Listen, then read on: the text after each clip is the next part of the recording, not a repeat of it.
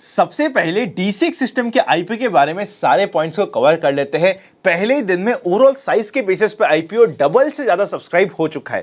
Category wise subscription देखें तो QIB last day पे पता चलेगा। HNI बड़ी एप्लीकेशन 10 लाख के ऊपर की एप्लीकेशन पे 1.96x सब्सक्रिप्शन से ज्यादा मिल चुका है एंड HNI स्मॉल कैटेगरी में 3x सब्सक्रिप्शन मिल चुका है। रिटेल कैटेगरी में 8 गुना से ज्यादा ऑलरेडी ओवर सब्सक्रिप्शन हो चुका है। जो इस आईपीओ का इंट्रोडक्शन वीडियो था उसमें मैंने क्लियरली मेंशन किया था कि मैं इस आईपीओ के लिए काफी ज्यादा एक्साइटेड हूं और आज के दिन पहले ही दिन रिस्पांस देखते हुए ये फाइनल हो गया है कि मैं अपने हर एक फैमिली मेंबर के नाम पे HNI कैटेगरी में अप्लाई कर रहा हूं। मेरी कोशिश रहेगी कि जितने भी नामों पे पॉसिबल हो सके HNI कैटेगरी में बड़ी एप्लीकेशन 10 लाख के ऊपर की एप्लीकेशन मैं अप्लाई करने का प्लान करूंगा। लिस्टिंग गेन की बात करी जाए तो आज के दिन मेरी पर्सनल एक्सपेक्टेशंस बनी है 25% से लेके 35% के आराम से लिस्टिंग गेन आने की एक्सपेक्टेशंस बनी हुई है अगर मार्केट बहुत मेजर जर्क ना दे तो। अगर बात करी जाए रिटेल कैटेगरी में उसमें अप्लाई करना इस आईपीओ में ज्यादा यूजफुल नहीं होगा क्योंकि ये ऑलरेडी जिस तरीके का रिस्पांस फर्स्ट डे पे आया है 30 से 40 टाइम ओवर सब्सक्राइब होने के पूरे चांसेस बने हुए हैं। इस वीक में जितने भी आईपीओ आ रहे हैं उनके टॉप 1 या टॉप 2 आईपीओ में ये वाला आईपीओ रहने वाला है आज के दिन, ध्यान में सारे पॉइंटर्स को रखते हुए। मतलब हमारे पास 4 आईपीओ, उसमें से टॉप 2 आईपीओ में से एक ही आईपीओ होने वाला है। आई होप मैंने अपना डिसीजन बहुत क्लियरली बता दिया है आपको। आपका क्या डिसीजन है कमेंट कर दीजिएगा और अगर आपको ये डायरेक्ट डिसीजन वाला तरीका पसंद आता है तो लाइक करके मुझे उत्साहित करना मत भूलिएगा। इसी आज शुरू करते हैं आज का पहला पार्ट जिसका नाम है मार्केट टुडे। सबसे पहले इंडेक्स पर नजर डालते हैं। अब की बार निफ्टी 18,000 पार ऑलरेडी हो चुका है। सेंसेक्स भी 1.31% पॉजिटिव रहा। आज के दिन सिर्फ बैंक निफ्टी 41,500 के पास जो मेजर रेजिस्टेंस था वहां पे रेजिस्टेंस फेस कर रहा था और 0.77% पॉजिटिव रहा। मिड कैप इंडेक्स हमने और आपने बार बार डिस्कस किया था लास्ट वीक में, मेंबर्स के वीडियो में अभी इसी वीक में डिस्कस हुआ है। लग रहा है डर आज के दिन मिड कैप स्मॉल कैप में, पर अगर यहां से रैली कंटिन्यू होनी है तो निफ्टी भगेगा एक कदम तो स्मॉल कैप और मिड कैप के भगने के डबल कदम की पूरी एक्सपेक्टेशंस बनी हुई रहेगी। 1000 से ऊपर शेयर एडवांस हुए और 900 के आसपास शेयर डिक्लाइन हुए। अच्छा है, धीरे धीरे इंप्रूवमेंट की तरफ जाता जा रहा है।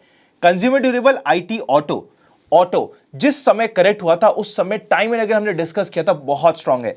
IT बहुत ज्यादा करेक्ट हो चुका है तो मीन रिवर्जन का कैंडिडेट ऑलरेडी था ही सही। कंज्यूमर ड्यूरेबल ठीक परफॉर्म कर रहा है। इंफ्रा, फाइनेंशियल सर्विसेज काफी अच्छा रहा। Metals, media, private bank, PSC, reality थोड़ा सा शांत रहे। रियलिटी भी हो सकता है कि नेक्स्ट साइकिल में वापस से बाउंस करने के लिए रेडी हो। कंस्ट्रक्शन से रिलेटेड सेगमेंट, रियलिटी के रिलेटेड सेगमेंट वापस से बाउंस बैक कर सकते हैं। विक्स 16 के नीचे जा रहा है, कंफर्टेबल हो गया है, पर एक चीज ध्यान रखिएगा, अगर विक्स 14 के नीचे चले जाता है तो वो भी काफी डेंजरस हो जाता है क्योंकि वहां पे हमें ऑप्शंस में काम करने की ज्यादा अपॉर्चुनिटीज नहीं मिल पाती। बेस्ट रहता है विक्स रहे 14 से लेके 24 के बीच में, इस चीज का ध्यान रखिएगा। निफ्टी का मोमेंटम आज के दिन फाइनली कन्विंसिंग था। गैप अप ओपनिंग हुई थी 17,910, जहां ओपन हुआ वहीं लो बना, पूरे दिन मार्केट ऊपर लेता गया और इससे हम कहते हैं मारूबुजू कैंडल। पूरी एक जहां ओपन हुआ वहीं लो, जहां क्लोज हुआ वहीं हाई, ऑलमोस्ट उसी के आसपास का, इसे हम एक स्ट्रेंथ वाली कैंडल कहते हैं। पर जब भी ये स्ट्रेंथ वाली कैंडल इंडेक्स में बनती है उसके नेक्स्ट दिन की फॉलो थ्रू, मतलब आज के दिन के हाई के ऊपर की क्लोजिंग कल के दिन, ऐसा मैंने पास में देखा है, बहुत इंपॉर्टेंट और क्रिटिकल रहती है। वरना कई बार ऐसे लेवल के बाद थोड़ी बहुत प्रॉफिट बुकिंग देखने को मिल जाती है। पर अभी ओवरऑल मार्केट में डायरेक्शन की बात करी जाए, हमारे माइंडसेट की बात करी जाए तो वो पॉजिटिव बना हुआ है। अब तो देखिए 18,000 के पार तो ना हर कोई बुलिश ही होगा, तो ये कोई मैं नई बात नहीं कह रहा। पर हाँ, अगर आपको कुछ नीचे के लेवल पे लिया था और अब ऊपर के लेवल पे आके थोड़ा डर लग रहा है, हल्की फुल्की प्रॉफिट बुकिंग करी जाए रेजिस्टेंस के पास तो इट इज ओके, पर स्टॉक स्पेसिफिक एक्शन अभी भी मार्केट में बहुत अच्छा रह सकता है। अगर हम बात करें FIIs और DIIs की, तो DIIs ने आज के दिन 1000 करोड़ के ऊपर की सेलिंग करी और FIIs ने बैक टू बैक वापस से 4100 करोड़ की परचेज करी है, जो पॉजिटिव होता है। अब अगर इंपॉर्टेंट अपडेट की बात करें तो सबसे पहले भारत इलेक्ट्रॉनिक्स के रिजल्ट्स एक्सपेक्टेशन से थोड़े से कम आए हैं। 50 डे मूविंग एवरेज के सपोर्ट के पास है, अगर उसे ब्रेक करता है तो कंफ्यूजन बढ़ सकता है। एंड फाइनली सारेगामा इंडिया के भी रिजल्ट्स आए हैं। रेवेन्यू इंक्रीज हुआ है 30% से ईयर ऑन ईयर बेसिस पे। एक मेरा पुराना फेवरेट स्टॉक था, ये अभी थोड़े समय से बिकॉज कंसोलिडेट कर रहा है, हमारे नोटिस से बाहर है। चलते हैं नेक्स्ट सेगमेंट पे जिसका नाम है व्यूअर्स क्वेरी। सबसे पहली और इंपॉर्टेंट क्वेरी है कि आनंद, क्या आप ब्रॉडर मार्केट परफॉर्म करेगा या फिर निफ्टी में करेक्शन आएगा, रेजिस्टेंस के पास भी है, क्या लगता है?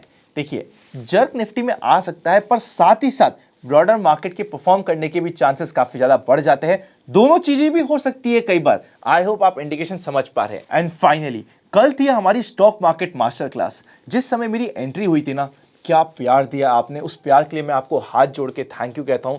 आपने उस समय एंट्री होते ही मेरे पूरे के पूरे रोंगटे खड़े थे। अगर आप एक बार वापस से वीडियो जाके देखेंगे तो आपको शायद कुछ इंडिकेशंस लगे। जब वो मेरी एंट्री हुई थी, मेरा सेशन खत्म हुआ था, आपका प्यार मिल चुका था, पीछे जाके I literally had tears in my eyes. कुछ लोगों को इनकन्वीनियंस हुई थी, स्टेयर्स पे बैठना पड़ा था, उसके लिए मैं दिल से वापस से आपसे माफी मांगता हूं। मुझे एक्सपेक्टेड नहीं था कि आप इतना प्यार देंगे, और मुझे ये भी एक्सपेक्टेड नहीं था कि आप अपने प्यार के साथ वन प्लस भी ले आएंगे, अपने साथ भी एक चैनल ले आएंगे, जिसकी वजह से हमारी एक्सपेक्टेशन से थोड़ी सी ज्यादा आ गए। इन दी एंड जो भी वहां पे वेट किया था, हाफ एन आवर एक्स्ट्रा भी वेट शायद करना पड़ गया, पर सबको वहां पे एंट्री मिली थी। पर फिर भी जो आपने प्यार दिया उसके लिए मैं हमेशा आपके लिए ऋणी रहूंगा।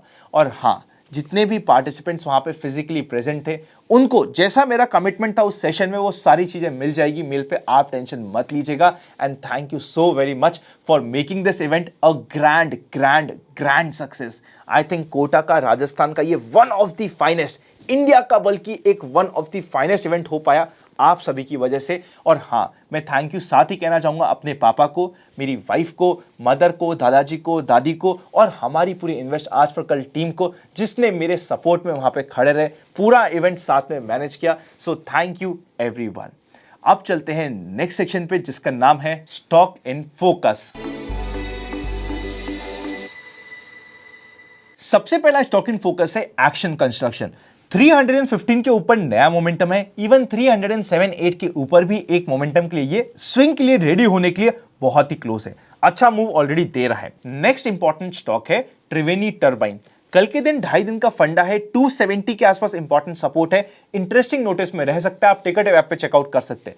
स्टॉप लॉस रखना जरूरी है, क्योंकि इस स्टॉक में स्टॉप लॉस हिट होने के चांसेस भी बने हैं, क्योंकि जिस तरीके से ये 2 दिन टूटा है, इतना कन्वेंशन 2.5 दिन का फंडा नहीं है। फाइनली दीपक नाइट्रेट वापस से मूव दे रहा है, 2320 के ऊपर 2340 से 60 के लेवल मिल सकते हैं। कल के दिन बिकॉज मार्केट अपने रेजिस्टेंस के पास जाता जाएगा 18,000 के ऊपर, थोड़ा सा क्वांटिटी को वापस से कंट्रोल में रखना जरूरी होगा, और अननेसेसरी हमें अगर कोई ट्रेड नहीं मिल रही, फोर्सफुल ट्रेड लेना मना होगा।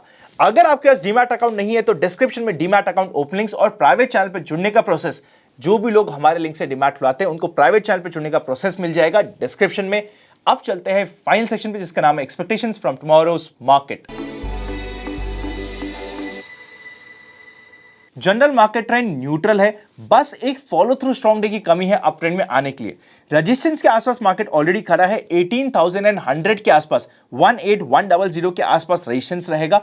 सपोर्ट की बात करें तो अब 17,800 इंपॉर्टेंट सपोर्ट के से काम करेगा। पुट कॉल रेशियो 1.3 के पास है। पुट कॉल रेशियो को ध्यान में रखें तो अभी भी मार्केट में लाइफ टाइम हाई मतलब ऑलमोस्ट 18,500 तक टच करने की हिम्मत बाकी है। चले जाएगा तब भी put call ratio I think control में ही रह जाएगा। ओवरऑल मार्केट की बात करें तो ब्यूटीफुली प्लेस्ड है। हो सकता है मार्केट में डिप आए तो वो एडिशनल अपॉर्चुनिटी होगी, डिप नहीं भी आए तो इसका मतलब ये नहीं कि हमने तो कुछ इन्वेस्ट ही नहीं किया जी, हम तो डिप का ही वेट कर रहे थे कि डिप आएगा तभी हम इन्वेस्ट करेंगे। कई बार क्या होता है, क्योंकि हमारी कोई रैली मिस हो जाती है, हम ढूंढते कि भाई किसको कंप्लेन करें, वो करना बंद करिए। और अगर कुछ मिस भी हो गया तो इट इज ओके, मार्केट आपको बहुत अपॉर्चुनिटी आने वाले 1 से 2 महीने में देने वाला है, उसके लिए रेडी हो जाइए। मार्केट जिस तरीके से प्लेस्ड है बहुत इंपॉर्टेंट लेवल है, पिछले 15 दिन से मैं आपको बता रहा हूं, तो इस समय मार्केट में बने रहना, जरूरत पड़े तो थोड़ा सा एक्स्ट्रा टाइम देना जरूरी हो जाता है। ये वाला वीक स्टॉक मार्केट में ट्रेडिंग से ज्यादा इंपॉर्टेंट रहेगा आईपीओ के लिए अपने फंड्स को प्रॉपर्ली प्लेस करना और यूज करना, क्योंकि आईपीओ बहुत इंटरेस्टिंग है। आईपीओ में इवन कुछ एसएमई आईपीओ भी इंटरेस्टिंग है, जिसके बारे में मैं फ्यूचर ऑप्शन लर्नर से बात करूंगा ही सही। IPO, SME IPO, HNI category, तीनों के लिए प्रॉपर्ली फंड्स मैनेज करना इंपॉर्टेंट रहेगा। Happy learning and I will see you very soon.